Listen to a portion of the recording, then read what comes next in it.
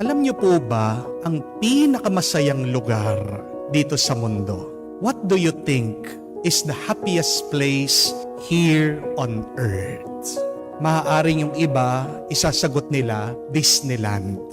Bakit po Disneyland? Dahil napakaraming rides, napakarami mong pwedeng kainin, pasyalan. Yung pong iba, sasagot, casino. Bakit? Siyempre, masaya po na sila ay nakikipagsugalan.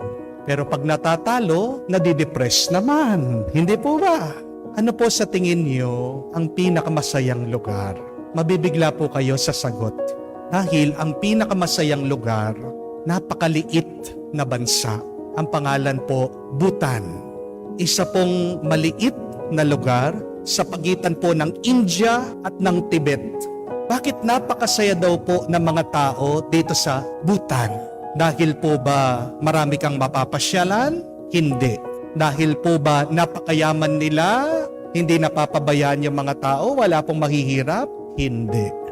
Dahil ba marami silang pwedeng kainin? Hindi. Isang dahilan daw po, bakit ang mga Bhutanese, sila mga pinakamasayang tao sa buong mundo, ito ay dahil palagi nilang iniisip na bukas mamamatay na sila. The Bhutanese always reflect about death 5 times a day.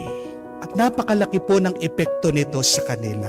Oo nga naman, kung maiisip mo bukas mamamatay ka na, di ba? Susulitin mo na yung araw mo ngayon. Hindi mo pag-aaksayahan ang oras mo sa mga walang kakwenta-kwentang bagay ngayon. Maganda din po itanong yon sa atin. Kung kayo, kung tayo, sasabihan tayo ng doktor na bukas huling araw mo na, ano kaya ang gagawin mo sa iyong huling araw? Diba? Gagawin mo ang lahat na makakapagpasaya sa iyo. Kakainin mo yung gusto mong kainin, pupuntahan mo yung gusto mong puntahan, bibisitahin mo yung iyong mga kamag-anak at kaibigan, maaari yung iba pa nga hihingi ng tawad dun sa mga taong nasaktan nila. Sigurado yung mga iba pupunta ng confession. Sigurado yung iba magsisimba pa yan, hihingi ng tawad sa Diyos. Sigurado, bago man dumating yung oras na sila ay pumanaw, gagawin nila yung isang bagay na talagang gustong-gusto nila, mahal na mahal nilang ginagawa. They will definitely do what would make them happy. They will do what they love. Sasayangin mo ba ang iyong huling oras sa mga negatibo, masasamang bagay?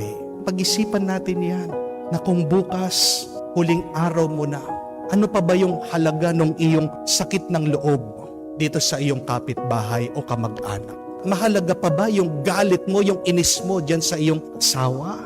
Mahalaga pa ba yung mga utang, yung inyong mga pangamba at takot? Di ba? Wala nang halaga yan dahil napakasayang ng oras at ng panahon. Tandaan natin yung salita, ang turo ni Kristo, may katotohanan. Nang sino mang tao na nililigtas niya yung kanyang buhay, mawawala ito. Pero ang sino man na niyayakap niya, tinatanggap niya ang kamatayan, siya'y mabubuhay magpasawalang hanggan. If you keep on saving your life, you will end up losing it. But if you try to accept someday you will die, you will live life to the fullest. Merong mga ibang tao sinasabi, darating din ang araw magiging masaya ako. Kaya nga nagiging miserable sila eh. Di po ba? Kailan ka magiging masaya kung hindi ngayon? Hayaan mo yung bukas. Wala pa yan. Ang mahalaga yung ngayon. Huwag natin hahayaan na matapos ang oras at panahon na lumipas, na hindi tayo naging masaya, na hindi tayo nagmahal, na hindi tayo naging mabuti. Stop saying, one day I will be happy. But start saying, this is the day that I will be happy. Dahil baka nag-iipon ka na ng nag-iipon para sa iyong retirement, hindi mo man mapakinabangan yung iyong mga inipon. Hindi po ba? Kamukha po, ito pong aking minisahan, aking binasbasan. Isang nanay, 1 year na lang po, magre-retire na siya. 59 years old. Hindi man po nakuha na nakapag-retire, nag-enjoy. Bakit? Pumutok po yung ugat. Nagka-aneurysm. Yan po sakit na yan. Hindi natin alam kung sino tatamaan sa atin. Wala pong sintomas yan. Walang indication yan. Bigla-bigla. Dumarating na lang. Kaya nga, kailangan natin tanggapin, wag iwasan ang kamatayan. Normal ang katapusan ng ating buhay. Pero ang hindi normal ay yung binigyan ka ng buhay ng Diyos, pero hindi ka nabubuhay na masaya at ng mabuti. Dapat tayong mga Katoliko, dapat tayo po mga Kristiyano, tayong pinakamasayang tao. Bakit po? Kasi kailangan natin unawain at matandaan na si Kristo ang ating Panginoon, namatay na para sa atin. Bakit tayo nag-aalala sa buhay kung ang Diyos na nagsakripisyo na para sa atin? Huwag natin sasayangin ang sakripisyo ng Diyos. Kung ano man ang iyong pangamba sa bukas, nandyan na ang Diyos na una. May grasya na naghihintay sa iyo para bukas. Do not try to save your life. It is impossible to save ourselves. Amen? It is the job of God to save us. And God has already done it. Ginawa na nga ng Diyos noon eh. At gagawin pa rin ng Diyos kung kailangan mo. Amen? Kaya nga, itong isang santo na inaalala po natin, si San Lorenzo, nasasabi natin na isa po siyang masayang santo. He's one of the happiest saints. Bakit? Isipin niyo po ito. Nung pinarusahan siya ng emperador, siya po ay sinunog ng buhay. Nakuha pa pong makapagbiro. Kasi po ang parusa sa kanya, binarbecue siya na buhay eh. Nasusunog na po yung likod niya. Aba, sinabihan pa yung mga nagtotorture sa kanya, ibaliktad niyo na ako, overcook na ako. Bakit kaya pang magbiro nitong santong ito? Kasi naniniwala siya na pagkatapos ng kanyang buhay dito sa mundo, may isa pang buhay na naghihintay sa kanya na hinanda ng Panginoon, hinanda ni Kristo. Hindi po nakakatakot ang kamatayan. Alam niyo po kung anong mas nakakatakot? Yung nabuhay ka na hindi ka naging masaya. Yung mas nakakatakot at nakakalungkot ay yung nabuhay ka na hindi ka naging mabuti at hindi ka nagmahal sa iba. Amen? Huwag nating katakutan ang kamatayan. Huwag tayong mangamba sa bukas. Ang katakutan natin, ang maging pangamba natin, ay yung sinayang natin ang ating oras, ang ating araw sa walang kakwenta-kwentang bagay, sa mga masasamang at walang katuturan na karanasan. Kaya nga, yan po yung ating ipagdasal. Tulungan tayo ng Diyos. Gabayan tayo palagi ng Diyos. Tanggapin na darating at darating ang katapusan. Pero bago yon, sana tulungan tayo to make the most out of this life. How can you live to the fullest? You live to the fullest by being happy, by loving, and by being faithful to God. Anong ikinatatakot mo? Kung alam mo sa buhay na ito, naging masaya ka, nagmahal ka, at naging tapat ka sa Diyos. Di ba wala ka ng pangamba? Siguradong matatakot ka at mangangamba ka. Kung alam mo, kung buhay mo, naging miserable ka. Kung alam mo, puno ng galit at lungkot ang iyong buhay. At kung alam mo, hindi ka naging tapat sa Diyos, nabuhay ka sa kasamaan. Mga kapatid, habang may oras, pasalamat ka sa Diyos. Habang ikaw ay may panahon at araw, isang grasya yan ng Diyos binibigay sa iyo para gamitin mo. Mabuhay ka ng lubos, magmahal ka ng ubos, maging tapat ka sa Kanya.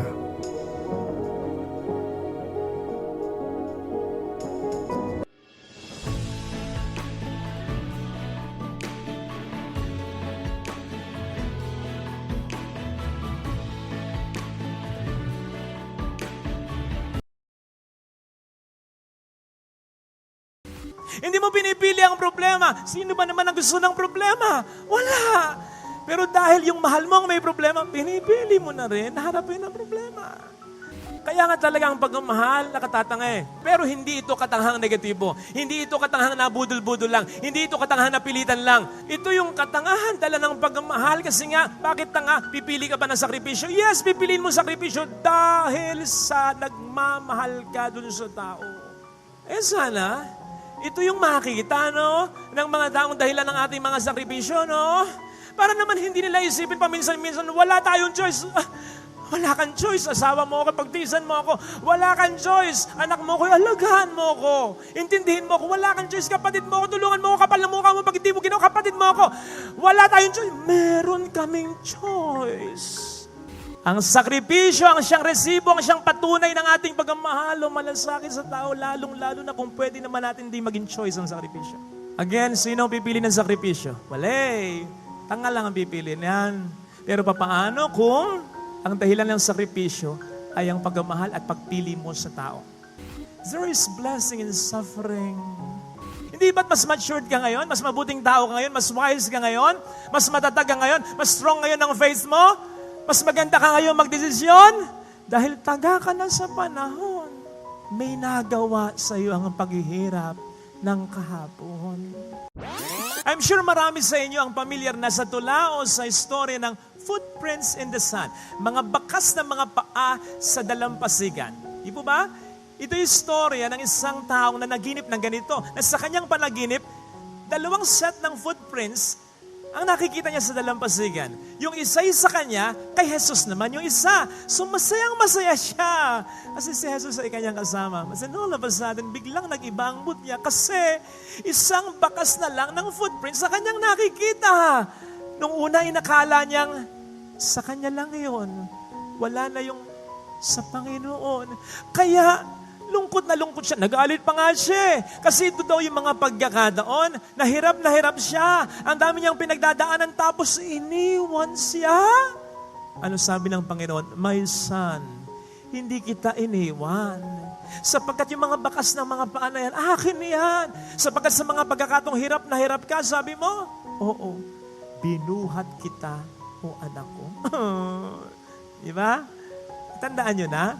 Yung isa nga, habang nagkukwento ako, para bang ipine-preempt na yung sinasabi ko, nagkukwento na sa katabi, ganito, ikaw kaya dito? Hindi, joke lang. Kasi nga, familiar na tayo. Kaya naman, medyo natuwa naman ako nung may makita ako sa FB na ganito. Parang twist ng istorya. Karugtong, iba na nga lang ang naging titulo. Diba? Footprints in the sand, ito, butt prints in the sand. Ano yung butt? Wetbacks, puwet, butt prints in the sand. Bakit naggaganon? Ito yon. Basahin ko ha. One night I had a wondrous dream. One set of footprints. Ito pa yon. There was seen the footprints of my precious Lord, but mine were not along the shore. But then some stranger prints appeared, and I asked the Lord, what have we here? Those prints are large and round and neat, but Lord, they are too big for feet.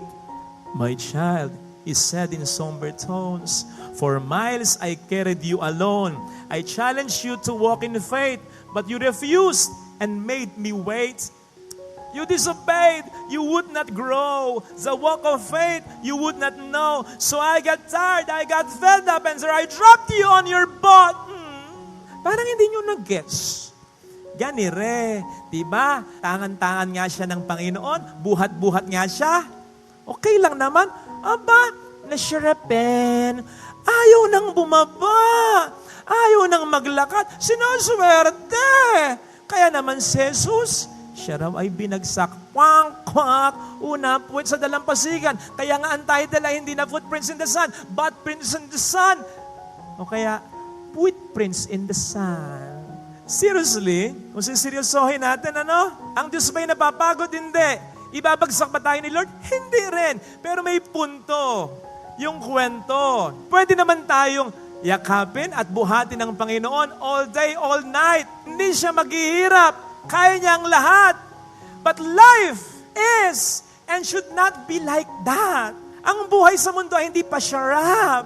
Kailangan mo mag-stand up, you need to rise. Kailangan mo magtiyaga, magsikap. Magbanat ng buto, tumayo sa iyong sariling mga paa. Ganyan ang buhay dito sa mundo. Kaya nga kung itutuloy po natin yung kwento, ang sabi dito ay, because in life, there comes a time when one must fight and one must climb, when one must rise and take a stand or leave their footprints in the sun. Sinabi ko po ito kasi parang ganito ang pinapakita sa atin ng ating Panginoong Jesucristo. Sa Ebanghelyo, tampok ang pagbabagong anyo ng ating Panginoon. Madalas kapag pinagninilayan ito, nagko-concentrate tayo sa temang yung glory, yung pagbabagong anyo, yun ang tatamuhin ni Jesus after His passion. Pagkatapos niyang mamatay, maghirap sa Kalbaryo. Amen? Tama yun. Pero wag natin kakalimutan, ang sinasabi din ng transfiguration ay hindi lamang yung ito yung glory na makakamit ni Kristo after His passion. Sinasabi din ng transfiguration, ito yung glory na iniwan, hinubad, sabi nga ni San Pablo, para sa atin ng Panginoon. When He became man, like us in all things but sin, something na meron siyang choice na hindi gawin. Hindi siya napilitan dito. Ginusto niya talaga ito.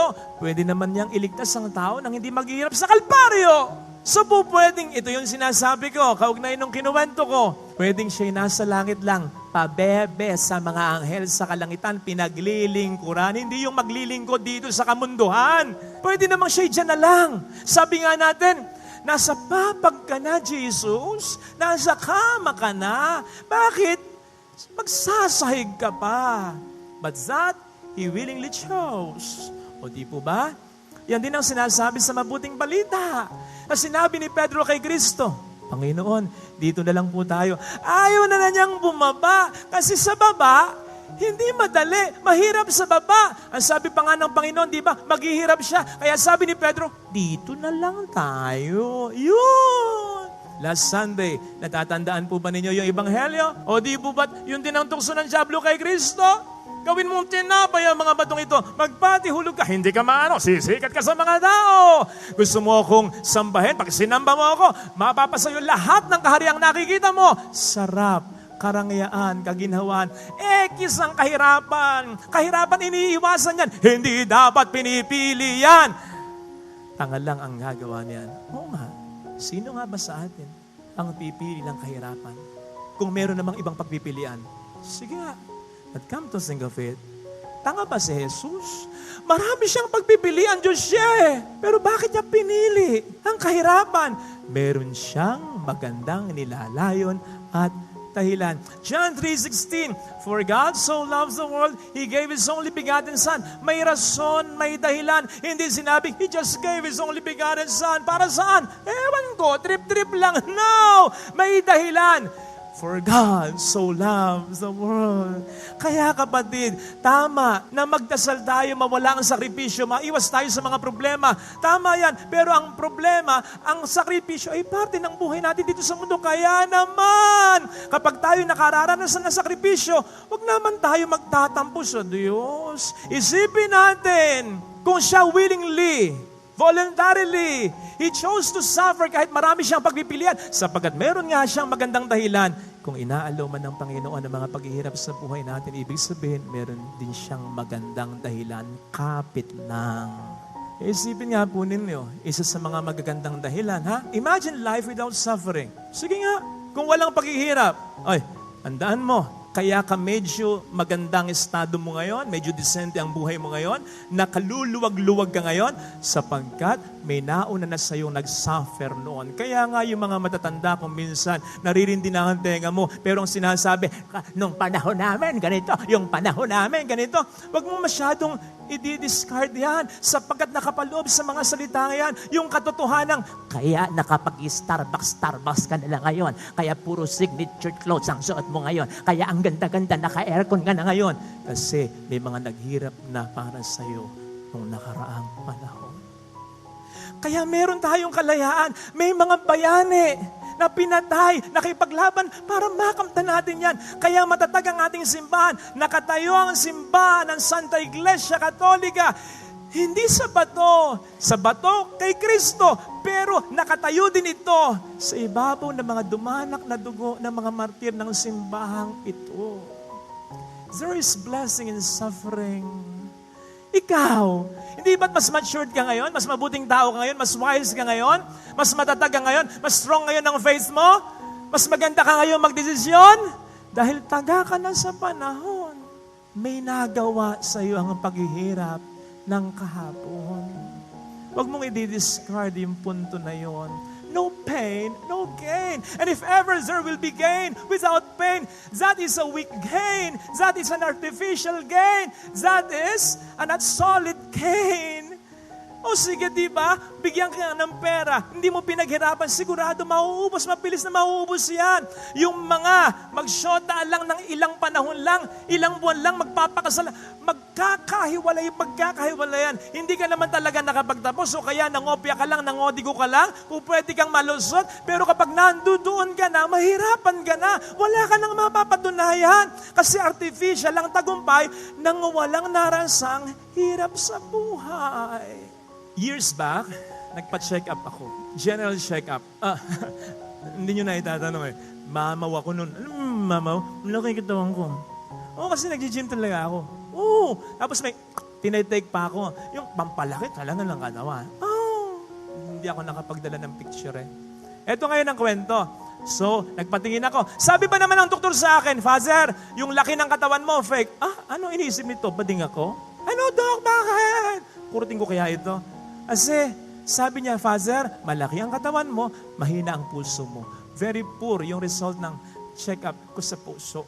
Alam niyo kung bakit? Eto na, totoo naman. Na-discover, umamin ako. When I would hit the gym that time, punta lang ako sa gym, buhat, ganun lang, nagmamatay, buhat. Tapos, inom lang naman pampalaki ng katawan. Lalaki talaga ang katawan mo pag ganyan. Pero, yung resistensya mo, very poor, mababaw lang. Dapat nagka-cardio ka, dapat nagja-jogging ka, dapat nagbo-boxing ka, basta dapat nahihirapan ka. Kaya nga, nakikita po ninyo, yung trend ngayon, hindi na palakihan ng katawan, yung lean muscle pero talagang pinaghirapan. Yun yung sinasabi ko. No pain, no gain. So imagine life without suffering. And besides, itong mga suffering na ito, ang mas nagpapatindi ng excitement natin upang katulad ng sinasabi sa ating kalawang pagbasa, yung promise, yung tipan ng buhay na walang hanggan ay ating marating. So there should be another place other than this place na wala ng suffering. So nakapagdadagdag yan ng pananabik natin upang ang Panginoon ay makapiling. Aside from that, di ba? You know for a fact na kapag may problema tayo, mas nagiging matindi ang pagnais nating kumapit kay God. So what would life be without suffering? What would love be without suffering? Sabihin ng Diyos nung nakaraan o kaya nung mga unang panahon, okay, hindi na ako magkakatawang tao. Pa! Ligtas na kayo. Pwede naman yun Diyos eh. Sabi ko nga sa'yo, marami siyang choices eh. Pero anong magiging pagliligtas yun? Wala na tayong magiging mga mahal na araw. Kasi ang mga mahal na araw, kaya meron tayong mga mahal na araw, hindi naman dahil mahal natin ng Diyos, kundi dahil tayo'y mahal ng Diyos. Kaya nga pinagninilayan natin itong mga mahal na araw. Hindi naman yung pagmamahal natin sa Diyos, kundi ang pagmamahal ng Diyos sa atin. So paano yun? Ma-appreciate kaya natin yung pagliligtas na gano'n? Iba yung pagmamahal na may sakripisyo. Mas i-value mo ito. Last Saturday, sinundo ko yung kapatid ko from abroad. Noong una, ayaw ko na sanang sunduin. Nakapagpaunang sabi naman ako sa kanya na po pwedeng may ibang sumundo sa kanya kasi nga ako'y pagod na. Saturday, nakita ko, beforehand yung schedule ko, ang dami-dami. Tapos talagang, nung gabi, susunduin mo, midnight. Naku, parang ayaw ko na talaga. Talagang ako'y plastado na. Naisip ko, kinabukasan, linggo pa, dami pang mga misa. Pero nakonsensya na rin ako, sige. Sinundo ko. To cut the story short, nasundo ko. 1 oras lang ang naging tulog ko. Pero solve naman. Bakit? Nag-text yung girlfriend ng kapatid ko. Ang sabi sa akin, Kuya Father, salamat, masayang-masaya po si Kevin. Kasi nga sinundo ko siya. Kahit alam ng kapatid ko na pwede ko siyang hindi sundin, pero sinundo ko siya kahit pagod na ako. Ang sakripisyo, ang siyang resibo, ang siyang patunay ng ating pagmamahal o malasakit sa tao, lalong-lalo na kung pwede naman natin hindi maging choice ang sakripisyo. Again, sino ang pipili ng sakripisyo? Wala tanga lang ang pipili niyan. Pero papaano kung ang dahilan ng sakripisyo ay ang pagmamahal at pagpili mo sa tao? So hindi talaga yung sakripisyo ang pinipili mo, kundi yung minamahal mong tao. Hindi pinili ni Jesus ang krus. Ang pinili ni Jesus tayo. Hindi mo pinipili ang problema. Sino ba naman ang gusto ng problema? Wala. Pero dahil yung mahal mo ang may problema, pinipili mo na rin na harapin ang problema. Hindi mo pinipili ang sakit. Sino bang gustong may sakit? Sino bang gustong mag-alaga? Wala. Pero dahil may sakit ang mahal mo, pinipili mo ito, hinaharap mo ito. Sino bang pumipili lang? Trabaho. Ako bilang pare, ministeryo. Lalong-lalo na kung napapagod na rin ang katawan mo. May madre kanina, iyak lang siya ng iyak. Kasi yung nanay niya, may sakit ng maluma. Hindi siya makauwi. Alam mo yun, pwede namang isipin ng sarili. Ako, sabihin ko, okay na naman ako. Wala naman ako nagkabyadong tao. Pwede na siguro ako lumabas sa pagkapari ko. Hindi ganun eh. Ang pinipili mo, hindi yung trabaho, hindi yung ministeryo, kundi yung mga tao nakikinabang sa paglilingkod mo. Kaya nga talaga ang pagmamahal nakatatanga eh. Pero hindi ito katanghang negatibo. Hindi ito katanghang nabudol-budol lang. Hindi ito katanghang napilitan lang. Ito yung katangahan dala ng pagmamahal kasi nga, bakit tanga? Pipili ka ba ng sakripisyo? Yes, pipiliin mo sakripisyo dahil sa nagmamahal ka dun sa tao. Eh sana, ito yung makikita, no? Ng mga taong dahilan ng ating mga sakripisyo, no? Para naman hindi nila isipin paminsan-minsan, wala tayong choice. Wala kang choice. Asawa mo ako, pagtisan mo ako. Wala kang choice. Anak mo ko, alagaan mo ko. Intindihin mo ko. Wala kang choice. Kapatid mo ko, tulungan mo ko. Kapal na mukha mo pag hindi mo ginawa. Kapatid mo ako. Wala tayong choice. Meron kaming choice. Hindi lahat ng asawa kasing bait ng asawa mo. Hindi lahat ng kapatid kasing bait ng kapatid mo. Hindi lahat ng anak kasing tino ng anak mo. Kaya kung ganyan ang anak mo, magpasalamat. Kaya ganyan ang asawa mo. Kung ganyan ang mahal mo, magpasalamat ka. Kasi pinili niya, hindi naman yung sakripisyo, kundi ikaw. It's just that, by choosing you, that has left him or her without any choice. Kasi hindi naman yung sakripisyo agad na pinipili niya, kundi ikaw. Hindi naman niya gustong pumili ng ibang asawa, ibang anak, ibang kapatid, ibang magulang. Ikaw. Ikaw talaga. Sana, ito'y kanilang makita para mapahalagahan nila ang ginagawa natin sa kanila. Sana, ito rin ang ating makita. Kapag dumadating yung pagkakataon na gusto nating mag-give up na, sabi nga, when you're about to quit, think first why you started. Bago mo tapusin ang lahat, kasi ikaw hirap na, isipin mo muna, in the first place, bakit ka nagsimula talaga? At malalaman mo yung sagot sa tanong mo, kung bakit naghihirap ka, kasi nga nagmamahal ka. So ito sana ang hilingin nating biyaya sa banal na misa.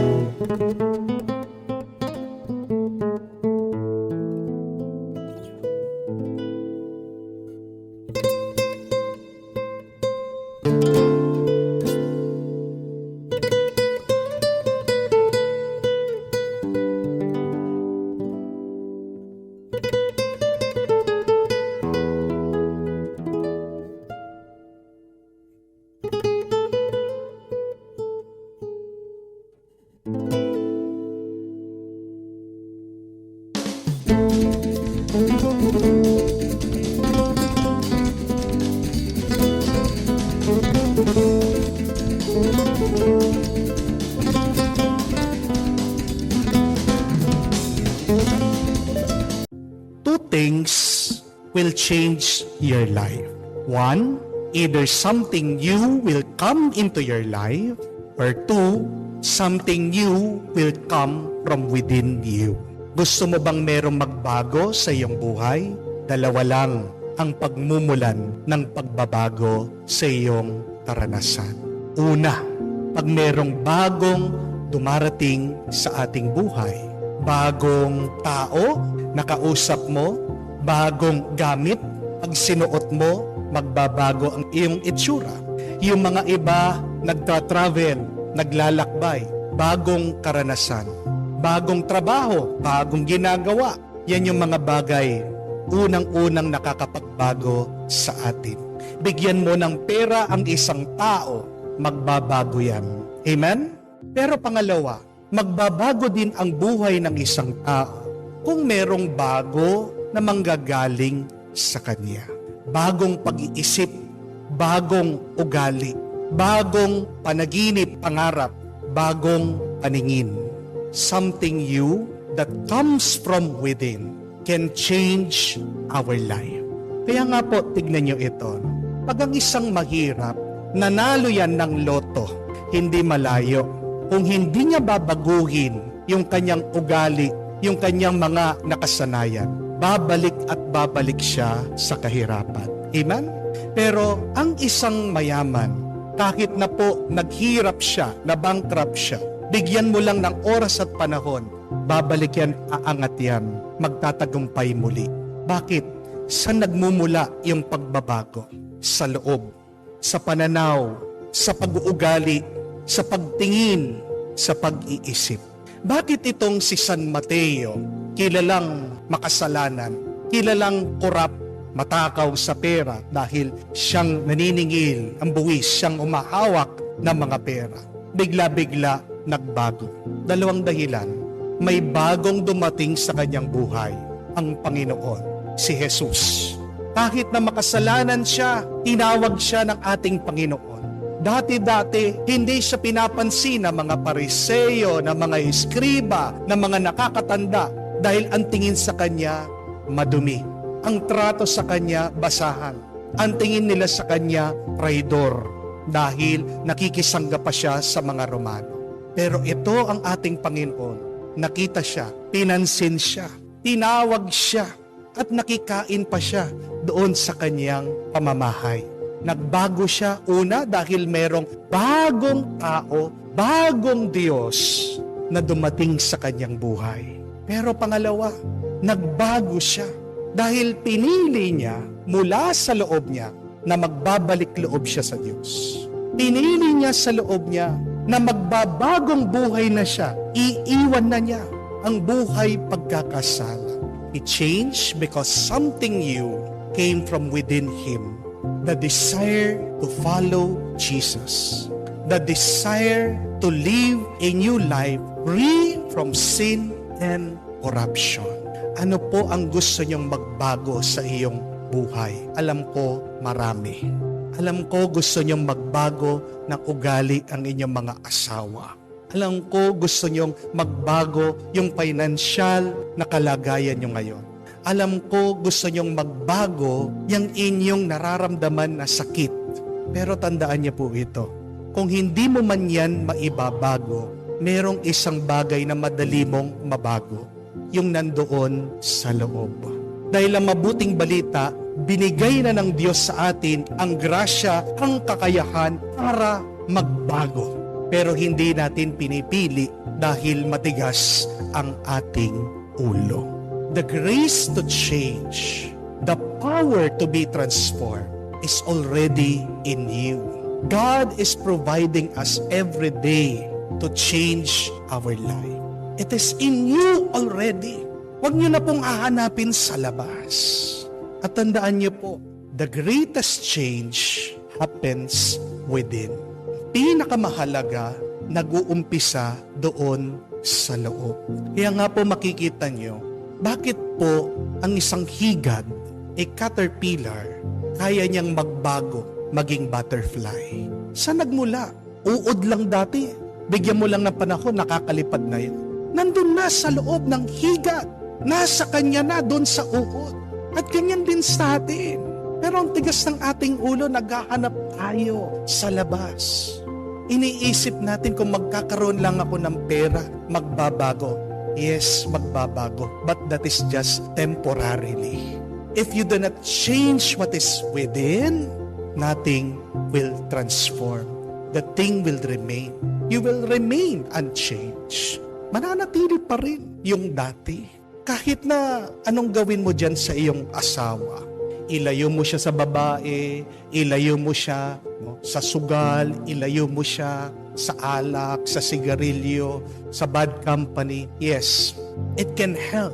Pero kung hindi nagbago yan sa loob, babalik at babalik yan dun sa kanyang nakasanayan, dun sa kanyang masamang ugali. Amen? Hahanapin niya, hahabulin niya. Napakahalagang umpisan natin ang pagbabago sa loob. Araw-araw meron pong nagme-message sa akin, nagte-text, nakuha yung aking number, nagpapadasal. Pero ang nakakalungkot, ganito po niya ako tinetext. Good morning, Father. Ang hirap ng buhay po, no? Good morning, Father. Ang daming problema ng buhay. Good morning, Father. Ang bigat-bigat po ng aking nararamdaman. Bagong araw, pero walang nagbabago dito sa tao. Bakit? Parehas pa rin yung ugali eh. Parehas pa rin yung paningin. Parehas pa rin yung nararamdaman. Pero subukan mo. Unahin mo palitan yung iyong pag-iisip, pananalita. Bakit hindi mo sabihin na, good morning, bagong araw, bagong buhay, bagong blessing? Sa tingin niyo po ba, hindi magbabago din yung mga darating na oportunidad sa iyo? Mag-umpisa sa loob. Palagi naman nagbabago yung nasa labas. Hindi lang natin napapansin. Pero ang pinakamahalagang pagbabago na dapat bigyan natin ng pansin ay yung nandoon sa loob. And the good news is, God has already graced us with the power to change from within.